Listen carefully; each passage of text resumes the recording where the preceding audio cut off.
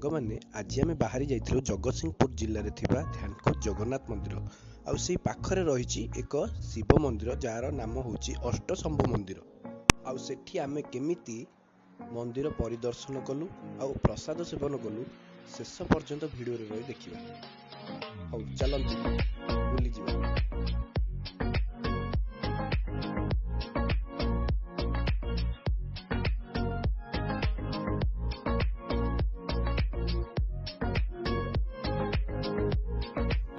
ଦେଖନ୍ତୁ ଏଇଠି ଆଉ ଗୋଟେ ମନ୍ଦିର ରହିଛି ଯୋଉଟାକି ସେଇ ଧ୍ୟାନକୋଟ ଜଗନ୍ନାଥ ମନ୍ଦିର ପାଖାପାଖି ରହିଛି, ବୁଝିଲେ କି। ଆଉ ଏଇଠୁ ଆଉ ଦେଖନ୍ତୁ ଏଇଟା ହେଉଛି ସୋନପୁର ବଜାର। ଏଇଠୁ ଅଳ୍ପ ବାଟ ଗଲା ପରେ ଏଇଠୁ 4 କିଲୋମିଟର କି 5 କିଲୋମିଟର ଗଲା ପରେ ଆମର ପଡ଼ିଯିବ ଧ୍ୟାନକୋଟ ଜଗନ୍ନାଥ ମନ୍ଦିରର ଦୂରଟା ଏଇଠୁ ମାତ୍ର 3 କିଲୋମିଟର। ଚାଲନ୍ତୁ ଭିତରୁ ଯିବା ଦେଖିବା। ହଉ ଅଷ୍ଟଶମ୍ଭୁ ମନ୍ଦିର ପାଖରେ ଆସି ପହଞ୍ଚିଗଲୁ। ଦେଖନ୍ତୁ ଦେଖିବା ମନ୍ଦିର ଭିତର କେମିତି କ'ଣ ରହିଛି। ଭଲ ତ ଦେଖାଯାଉଛି।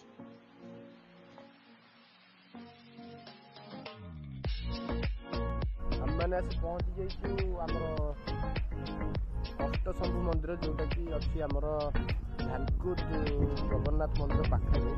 ଆଉ ପ୍ରଥମେ ଏଇଟା ଦେଖନ୍ତୁ ମନ୍ଦିରର ଭ୍ୟୁ।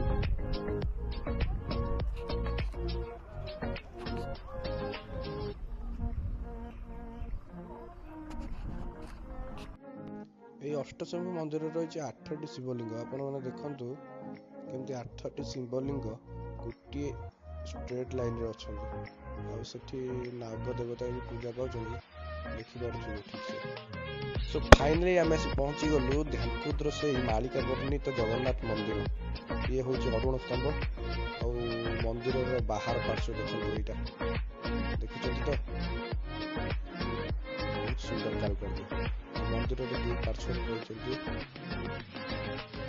ଦୁଇଟି ସିଂହ, ଦେଖୁଥିବେ ଆପଣ। ଚାଲନ୍ତୁ ଯିବା ମନ୍ଦିର ଭିତରକୁ। ଇଏ ହେଲା ମନ୍ଦିରର ଭିତରର ଦୃଶ୍ୟ। ଦେଖନ୍ତୁ କିପରି କାରୁକାର୍ଯ୍ୟ ହେଇଛି, ଆପଣମାନେ ଦେଖନ୍ତୁ। ଚାଲ, ବହୁତ ସୁନ୍ଦର, ବହୁତ ସୁନ୍ଦର। ଆରେ ବାଃ, ଆରେ ବାଃ, କେତେ ସୁନ୍ଦର ହେଇଛି ଦେଖୁଛନ୍ତି ତ ଆପଣମାନେ। ଆଉ ମନ୍ଦିରର ଡାହାଣ ପାର୍ଶ୍ୱରେ ରହିଛନ୍ତି ଜଗନ୍ନାଥ, ଆପଣ ଦେଖିପାରୁଥିବେ। ଜଗନ୍ନାଥଙ୍କର ମୂର୍ତ୍ତି ରହିଛି ଏଠି ଦେଖନ୍ତୁ। ସାଙ୍ଗମାନେ ମନ୍ଦିରଟି ବହୁତ ପୁରୁଣା ହେଇନଥିଲେ ମଧ୍ୟ ମନ୍ଦିରର କଥା ଆମର ମାଳିକାରେ ବର୍ଣ୍ଣିତ ଅଛି। ଆପଣମାନେ ଦେଖିପାରୁଥିବେ ଏଇଟା ହେଉଛି ମନ୍ଦିରର ପାହାଚ, ମୁଖ୍ୟ ପାହାଚ। ଆଉ ଉପରକୁ ଚଢ଼ିଗଲେ ଦେଖନ୍ତୁ ମନ୍ଦିର କିପରି, ମନ୍ଦିରର କାର୍ଯ୍ୟ ଚାଲି ରହିଛି। ଦେଖନ୍ତୁ ରଙ୍ଗ କାର୍ଯ୍ୟ ଚାଲିଛି ମନ୍ଦିରର, ଲୋକମାନେ ବି ଯିବା ଆସିବା କରୁଛନ୍ତି। ଆଉ ଏଇଟା ହେଲା ମନ୍ଦିରର ଭ୍ୟୁ।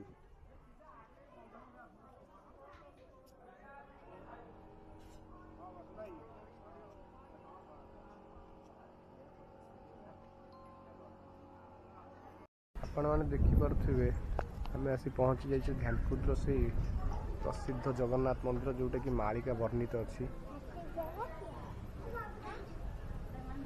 ଆଉ ଇଏ ହେଲା ଆମର ଲକ୍ଷ୍ମୀ ମାଙ୍କ ମନ୍ଦିର। ଆପଣ ଖାଲି ଦେଖନ୍ତୁ ଜାଗାଟା କୋଉ ଭଳିଆ ଅଛି। ଆପଣ ଦେଖନ୍ତୁ ବହୁତ ସୁନ୍ଦର ପରିବେଶ।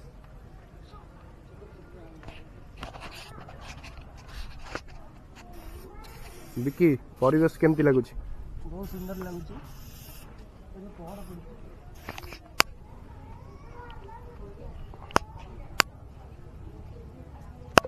ଜଗା ଦର୍ଶନ କରି କି ଆନନ୍ଦ! ଆହା ହା, ଓ ଜଗନ୍ନାଥ, ବଳଭଦ୍ର, ସୁଭଦ୍ରା, ତାଙ୍କୁ ଦେଖି ମନ ପୁରା ଆନନ୍ଦିତ ହେଇଗଲା। ଆହା ହା ହା, ପ୍ରଭୁ କୋଟି କୋଟି ପ୍ରଣାମ ତୁମକୁ। ଏଇ ଦେଖନ୍ତୁ ମନ୍ଦିରର ଭିତର ପରିସର ଦୃଶ୍ୟ କେତେ ବଢ଼ିଆ ହେଇଛି। ଏବେ ଚାଲନ୍ତୁ ଯିବା ମା ଲକ୍ଷ୍ମୀକୁ ଦର୍ଶନ କରିବା ଟିକେ। ଦେଖନ୍ତୁ ଇଏ ହେଉଛି ଆମର ଲକ୍ଷ୍ମୀ ମାଙ୍କ ମନ୍ଦିର, ଯୋଉଟାକି ଜଗନ୍ନାଥ ମନ୍ଦିରର ଠିକ୍ ଡାହାଣ ପାର୍ଶ୍ୱରେ ଅଛି। ଆଉ ବାମ ପାର୍ଶ୍ୱରେ ଇଏ ହେଉଛି ବିମଳାଙ୍କ ମନ୍ଦିର। ଦେଖନ୍ତୁ ଆପଣ।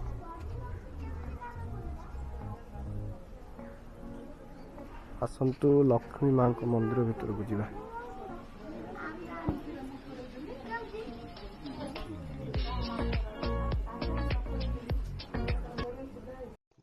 ଦେଖନ୍ତୁ ମାଙ୍କ ମନ୍ଦିର ପାଖରେ ନନା ବସିଛନ୍ତି।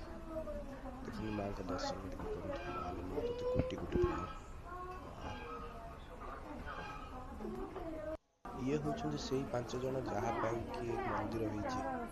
ପଞ୍ଚସଖା ଧ୍ୟାନକୁଦ ମନ୍ଦିର। ଦେଖନ୍ତୁ ଏଇମାନେ ହେଉଛନ୍ତି ପଞ୍ଚସଖା। ଦେଖିଲେ ତ? ଦେଖନ୍ତୁ ଏଇଟା ହେଉଛି ଆନନ୍ଦ ବଜାର, ଯୋଉଠି ଅଭଡ଼ା ମିଳୁଛି ଜଗନ୍ନାଥ ପ୍ରଭୁଙ୍କର। ଲୋକମାନେ ଦେଖନ୍ତୁ କଦଳୀ ପତ୍ର ଧୋଇକରି ଆଣୁଛନ୍ତି। ଭିତରେ ଦେଖନ୍ତୁ କୋଉ ଭଳିଆ ବ୍ୟବସ୍ଥା ହେଇଛି।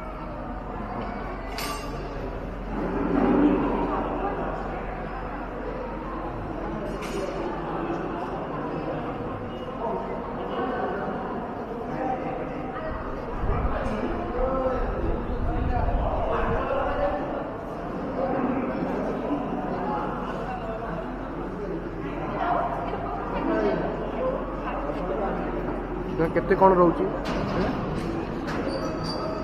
ପ୍ରସାଦ? କେତେ କ'ଣ ରହୁଛି? ଅନ୍ନ, ଡାଲି, ବେସର, ମହୁର, ଖଟା, କ୍ଷୀରି 170 ଟଙ୍କା। ଆଉ ଘରକୁ ନେଲେ 80 ଟଙ୍କା। ଖାଇଲେ 70, ଘରକୁ ନେଲେ 80। ଲୋକମାନେ ଦେଖନ୍ତୁ କିପରି ଆନନ୍ଦରେ ଆତ୍ମା ତୃପ୍ତି କରି ଅଭଡ଼ା ପ୍ରସାଦ ପାଉଛନ୍ତି। ଦେଖନ୍ତୁ ଲାଇନରେ ବସି ପୁରା ଅଭଡ଼ା ପାଉଛନ୍ତି। ଆଠୁ ଆଉ ଭଲ ଜିନିଷ କ'ଣ ମିଳିପାରେ ଆପଣଙ୍କୁ ଖାଇବାକୁ, ନା କ'ଣ କହୁଛନ୍ତି?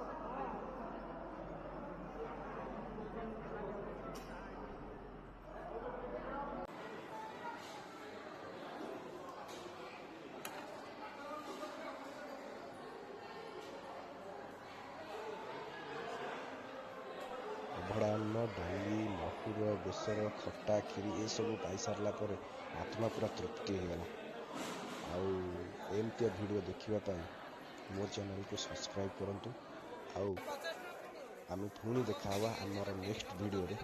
ସେତେ ପର୍ଯ୍ୟନ୍ତ ରହିଲି, ଟାଟା, ବାଏ ବାଏ।